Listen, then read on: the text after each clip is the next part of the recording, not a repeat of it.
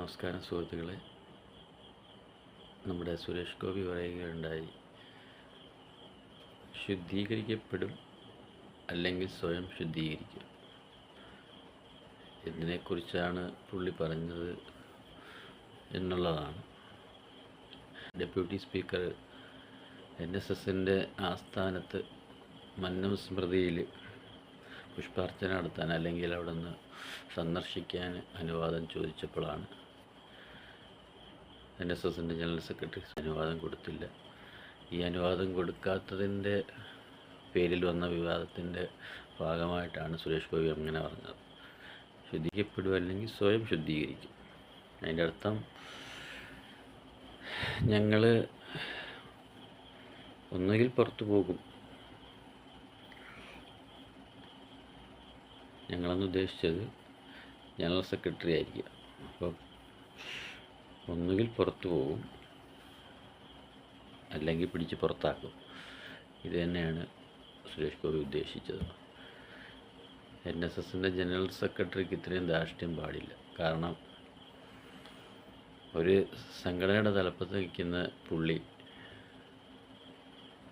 ഒരു സാംസ്കാരിക രംഗത്ത് അല്ലെങ്കിൽ ഈ നമ്മുടെ രാഷ്ട്രീയ രംഗത്ത് അല്ലെങ്കിൽ ഒരു പാർലമെൻ്റ് രംഗം അല്ലെങ്കിൽ ഒരു നിയമസഭയിലംഗം അല്ലെങ്കിൽ ഒരു വിശിഷ്ട വ്യക്തികൾ ആരെങ്കിലും ഒന്ന് സ്മൃതി മണ്ഡപം കാണാൻ വരുമ്പോൾ കാണാൻ അനുവദിക്കാതിരിക്കുന്ന ഏറ്റവും വലിയ തെറ്റാണ്.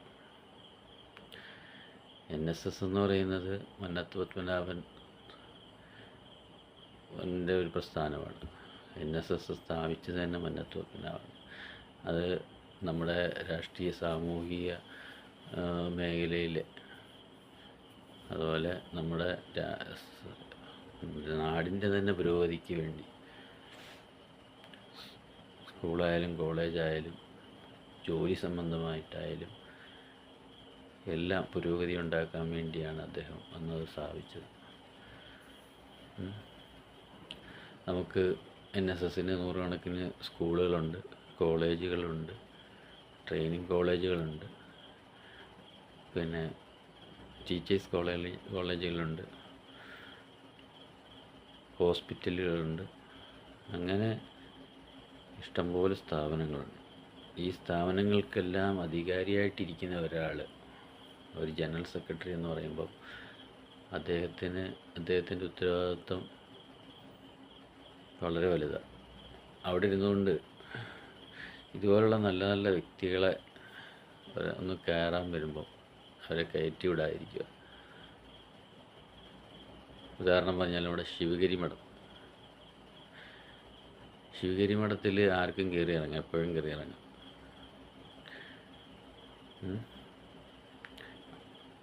NSSൻ്റെ ആസ്ഥാനത്ത് ആർക്കും കയറാൻ പറ്റത്തില്ല, ഒരു നായന്മാർക്ക് പോലും കയറാൻ പറ്റത്തില്ല.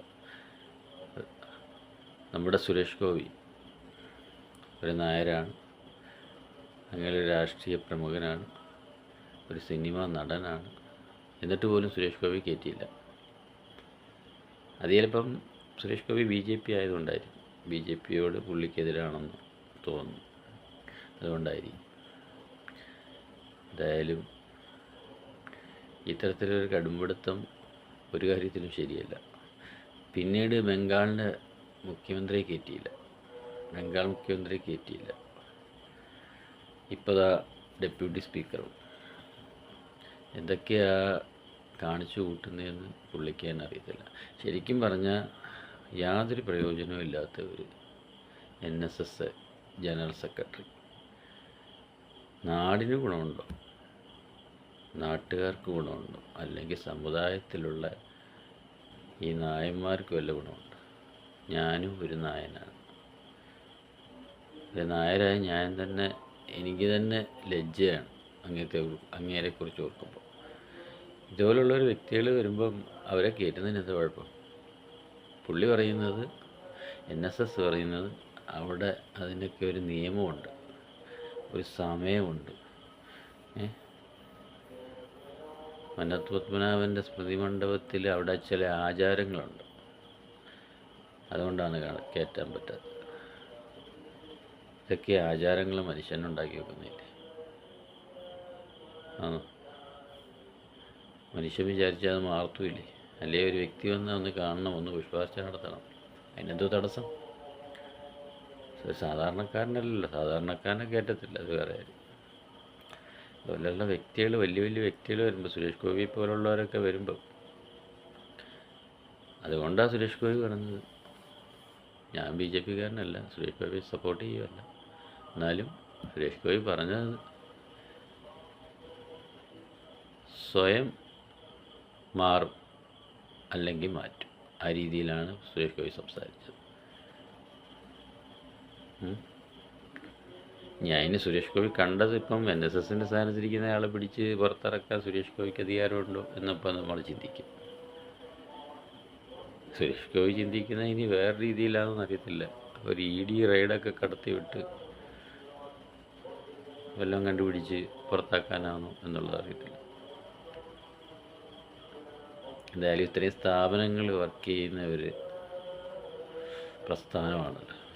കോളേജുകൾ, സ്കൂളുകൾ, ട്രെയിനിങ് സ്ഥാപനങ്ങൾ, ഹോസ്റ്റലുകൾ, ഹോസ്പിറ്റലുകൾ, നൂറുകണക്കിന് സ്ഥാപനങ്ങൾ. അപ്പോൾ അതിനകത്തൊക്കെ ഒരു ED റെയ്ഡ് വന്നു കഴിഞ്ഞാൽ പണി കിട്ടും. അതായിരിക്കും സുരേഷ് ഗോപി ഉദ്ദേശിക്കുന്നത്.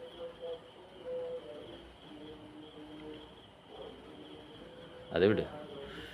അപ്പോൾ നമ്മൾ ഒരാൾ ഒരു സ്ഥാനത്തിരിക്കുമ്പം അതിൻ്റേതായ ചില ഉത്തരവാദിത്തങ്ങൾ വേണം. അല്ലെങ്കിൽ ആരാന്ന് പറഞ്ഞാലും ഈ NSS ജനറൽ സെക്രട്ടറിക്ക് എന്തോ ഉത്തരവാദിത്തമുണ്ട്? എന്തോത്തിനങ്ങനെ തലപ്പത്ത് കയറിയിരിക്കുന്നത്? വായി പഴവിട്ടുകൊണ്ട് ഇങ്ങനെ ഒരു കാര്യം വന്നാലും പ്രതികരിക്കാതെ ഈ കേരളത്തിൽ എന്തൊക്കെ വിഷയങ്ങളുണ്ടായി? ഇദ്ദേഹം ഇതിനെക്കുറിച്ച് വല്ലതും പറഞ്ഞു? എന്തോ പിന്നെ ജോലി എന്തുവാ? രാവിലെ കുളിച്ചൊരുങ്ങി വന്ന് AC റൂമിനകത്ത് ഇരുന്ന് ഒപ്പിടേണ്ട ഫയലുകൾ ഒപ്പിട്ടിട്ട് വീട്ടിൽ പോയി AC കിടക്കുക, വല്ലതും തിന്നുക, ഇതാണോ ജോലി? ഒരു സ്ഥാനത്തും കയറി പ്രതികരിക്കേണ്ടത് പ്രതികരിക്കത്തില്ല. നായന്മാരുടെ സമുദായത്തിൻ്റെ ഒരു തലവനായിട്ട് നിൽക്കുന്ന ആൾ നായന്മാർക്ക് യാതൊരു പ്രയോജനമില്ല. നായന്മാർക്ക് തന്നെ കണ്ടുകൂടാ. വീണ്ടും ഈ 8ാമത്തെ തവണ വീണ്ടും പിടിച്ചു വെച്ചേക്കും ജനറൽ സെക്രട്ടറി ആയിട്ട്. എന്തോ കാര്യത്തിന് ഇയാളെ പിടിച്ചു വെച്ചേക്കുന്നത്? മനുഷ്യനെന്തോ ഗുണമുണ്ട്?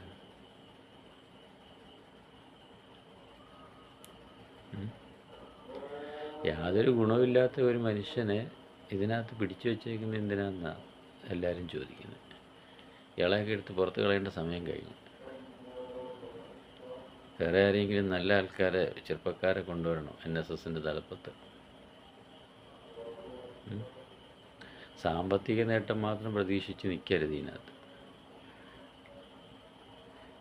ഇത് സമൂഹത്തിലെ ഒരു വലിയൊരു സ്ഥാനം വഹിക്കുന്ന, അല്ലെങ്കിൽ നല്ലൊരു പ്രസ്ഥാനം തന്നെ. അതായത് മന്നത്ത് പത്മനാഭൻ അദ്ദേഹത്തിൻ്റെ ജീവൻ പോലെ കൊണ്ടു കിടന്ന, അല്ലെങ്കിൽ ജീവനായിട്ട് ജനങ്ങൾക്ക് വേണ്ടി, വെറും നായന്മാർക്ക് വേണ്ടി മാത്രമല്ല ഇങ്ങനെ ഉണ്ടാക്കിയത്. നമ്മുടെ കേരളത്തിലുള്ള എല്ലാ ജനങ്ങൾക്കും പ്രയോജനം കിട്ടത്തക്ക രീതിയിലാണ് ഉണ്ടാക്കിയത്. NSSൻ്റെ ഏതെങ്കിലും കോളേജ് ഈ നായന്മാർ മാത്രമാണ് പഠിക്കുന്നത്? എല്ലാ കാസ്റ്റിലുള്ള കുട്ടികളും പഠിക്കുന്നുണ്ട്. അപ്പോൾ ഒരു ജാതിപരമായല്ല അവിടെ ചെയ്തിരിക്കുന്നത്. NSSൻ്റെ കോളേജുകൾ, സ്കൂളുകൾ, ഹോസ്പിറ്റലുകൾ വർക്ക് ചെയ്യുന്നവർ പല ജാതിയിലുള്ളവരുണ്ട്. നമ്മുടെ NSSൽ ഇഷ്ടംപോലെ ദരിദ്രരുണ്ട്, എല്ലാ ജാതിയിലും ഉണ്ട്. ഞാൻ ജാതി പറയുമല്ല, എന്നാലും ഹിന്ദുക്കളിലും മുസ്ലിങ്ങളിലും ക്രിസ്ത്യൻസിലും എല്ലാം താഴെക്കിടയിലുള്ള ആൾക്കാരുണ്ട്. ഒത്തിരി നിവൃത്തിയില്ലാത്തവരുണ്ട്, പഠിച്ച പിള്ളേരുണ്ട്. ഈ നിവൃത്തിയില്ലാത്ത കുടുംബത്തിൽ നിന്ന് തന്നെ നല്ല രീതിയിൽ പഠിച്ച് നിൽക്കുന്ന പിള്ളേരുണ്ട്. ഈ NSSൻ്റെ ഇത്രയും കോളേജുകളുണ്ട്, സ്കൂളുകളുണ്ട്, ഹോസ്പിറ്റലുകളുണ്ട്. അവരൊരു മുൻകൈ എടുത്ത് നമ്മുടെ NSSൽ താഴെക്കിടയിൽ നിൽക്കുന്ന ആ നിവൃത്തിയില്ലാത്ത കുഞ്ഞുങ്ങൾക്ക് ജോലി കൊടുക്കുക, തിരഞ്ഞെടുത്ത് ജോലി കൊടുക്കുക. ഒരു താലൂക്ക് അടിസ്ഥാനത്തിൽ അവരന്വേഷിച്ച് കണ്ടുപിടിച്ച് ഒരു താലൂക്ക് ഒരാൾക്ക് വെച്ചെങ്കിലും കൊടുക്കാം, ഒരു പിയൂണ് പണിയെങ്കിലും കൊടുക്കാം. കൊടുക്കത്തില്ല. എന്താ കൊടുക്കാതെ? എല്ലാ പോസ്റ്റിങ്ങും വലിയ തുക മേടിച്ചാണ് അവിടെ നടക്കുന്നത്. ഒരാൾക്കൊരു ജോലി കിട്ടണേ ലക്ഷങ്ങൾ കൊടുക്കണം. ലക്ഷങ്ങൾ ഡൊണേഷൻ കൊടുത്ത് കുറേ കൂടെ ജോലി കൊടുക്കും. യോഗ്യത ഉണ്ടാവാം, അത് വേറെ കാര്യം. ഇപ്പം നമ്മൾ പഠിച്ച് ഒരു B.Ed എടുത്തോ അല്ലെ M.Ed അതിന് മേളിലോട്ടൊക്കെ എടുത്ത് നിന്ന് പഠിപ്പിക്കാനായിട്ട് ഒരു ടീച്ചറായിട്ട് തയ്യാറായി NSSകാരനായി ഞാനങ്ങോട്ട് ചെന്നാൽ എന്നെ പിടിച്ചാൽ കയറ്റത്തൊന്നുമില്ല. അവർ പറയുന്നതൊക്കെ ചെയ്യണം, പറയുന്ന പൈസ കൊടുക്കണം. വേണ്ടേ? ഫ്രീ ആയിട്ട് ആരെങ്കിലും ഇവിടെ പഠിപ്പിക്കൂ? അപ്പം യാതൊരു പ്രയോജനവും നമ്മുടെ നാടിനും ഇല്ല, ഈ സമുദായത്തിലുള്ളവർക്കും ഇല്ല. പൈസ ഉണ്ടെങ്കിൽ കാര്യം നടക്കും, അതെല്ലായിടവും നടക്കും. ആ പൈസ ഉണ്ടെങ്കിൽ വേറെയും കിട്ടത്തില്ല. പിന്നെ എന്തിനാ ഈ NSSൻ്റെ പേര് നടത്തിയേക്കുന്നത്? NSSന് കുഞ്ഞുങ്ങൾക്ക് അല്ലെങ്കിൽ NSSലെ ആൾക്കാർക്ക് ഒരു പ്രയോജനമില്ലാത്ത ഒരു സംഘടനയെന്ന് പറഞ്ഞാൽ ആകെപ്പാടെ എല്ലാവരും അറിയുന്നൊരു സംഭവമുണ്ട്. എന്തോന്നറിയാം? ലോൺ കൊടുക്കും.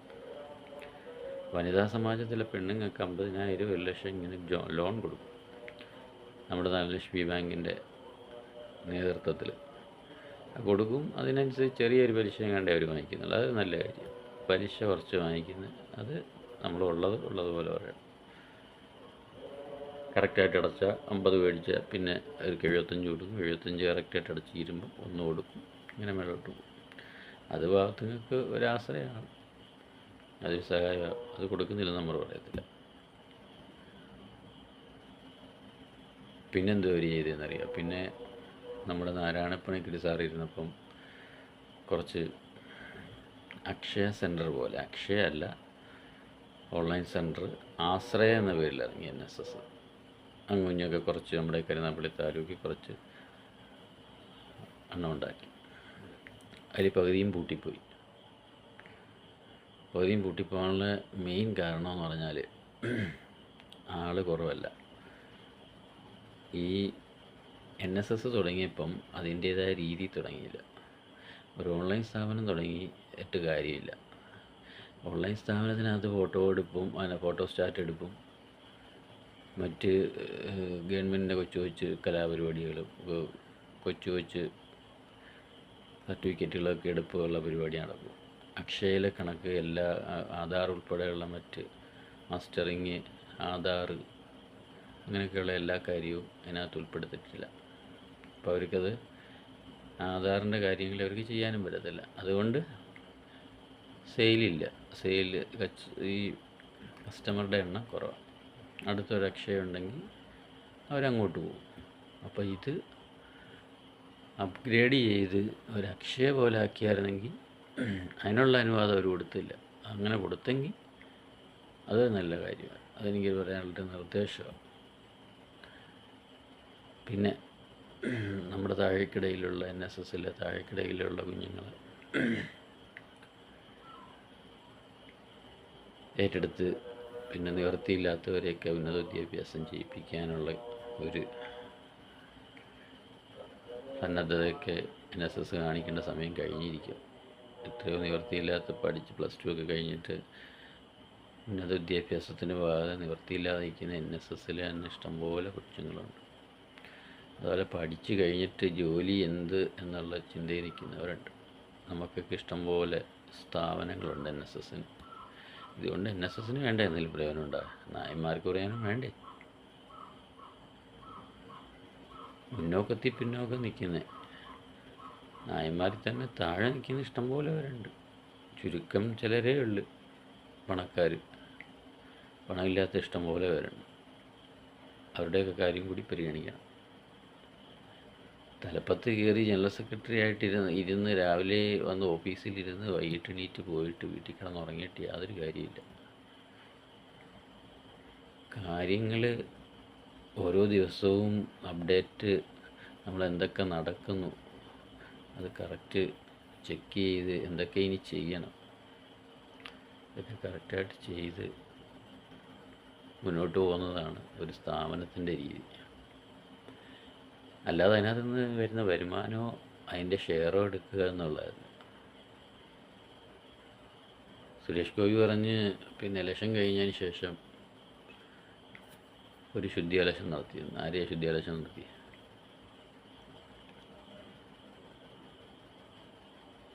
നമ്മുടെ ഗണേഷ് കുമാറിനെ പുറത്താക്കി. ഇനിയും അതുപോലുള്ള പണി വരുന്നതെന്നാണ് പറയുന്നത്. അത് ഉദ്ദേശിച്ചത് ജനറൽ സെക്രട്ടറിയെ തന്നെ. പക്ഷേ യാതൊരു പ്രയോജനമില്ലാത്ത ജനറൽ സെക്രട്ടറി എന്നേ ഞാൻ പറയത്തുള്ളൂ. ഒന്നിനും കൊള്ളാത്ത വെറും പഴം പുഴുങ്ങിയായ ഒരു ജനറൽ സെക്രട്ടറി. എന്തിനാ ഇങ്ങനെയൊക്കെയുള്ള ആൾക്കാർ? ശബരിമല വിഷയം വന്നപ്പം മിണ്ടിയാവല്ലോ, ഒന്നും മിണ്ടിയില്ല.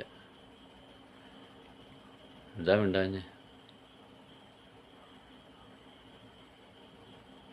അതുപോലെ പ്രകൃതി ദുരന്തങ്ങൾ, മറ്റ് പ്രശ്നങ്ങൾ, നാട്ടിൽ നടക്കുന്ന എന്തൊക്കെ വലിയ വലിയ കാര്യങ്ങൾ വരുന്നു, NSSൻ്റെ ഭാഗത്തുനിന്ന് വരാനൊക്കെയില്ല. ഇങ്ങനൊരു സംഘടന ജീവിച്ചിരിപ്പുണ്ട്. ഇലക്ഷൻ വന്നാലും ഒന്നും അവിടെ ഇവിടെ നിന്നിരുന്ന് വിവരക്കേട് വിളിച്ചു പറയുന്നതല്ലാതെ ഏതെങ്കിലും ഒരു നല്ല കാര്യം ചെയ്യുകയോ പറയുകയോ ചെയ്തിട്ടുണ്ടോ? ഒന്നുമില്ല.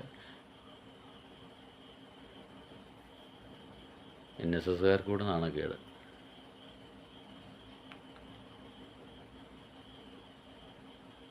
ഇത് വെച്ച് നോക്കുമ്പോൾ ബെറ്റർ നമ്മുടെ വെള്ളാപ്പള്ളി നടേശൻ സാറാണ്. ഒന്നുമില്ലെങ്കിലും വാഗണ്ട് വിളിച്ച് പറയുമെങ്കിലും ഇത് വാഗണ്ട് ഒന്നും പറയുന്ന പോലുമില്ല, ഒന്നും അനങ്ങുന്നില്ല. ഇങ്ങനെയുടെ നിലപാടെന്തോന്നറിയാൻ വയ്യ.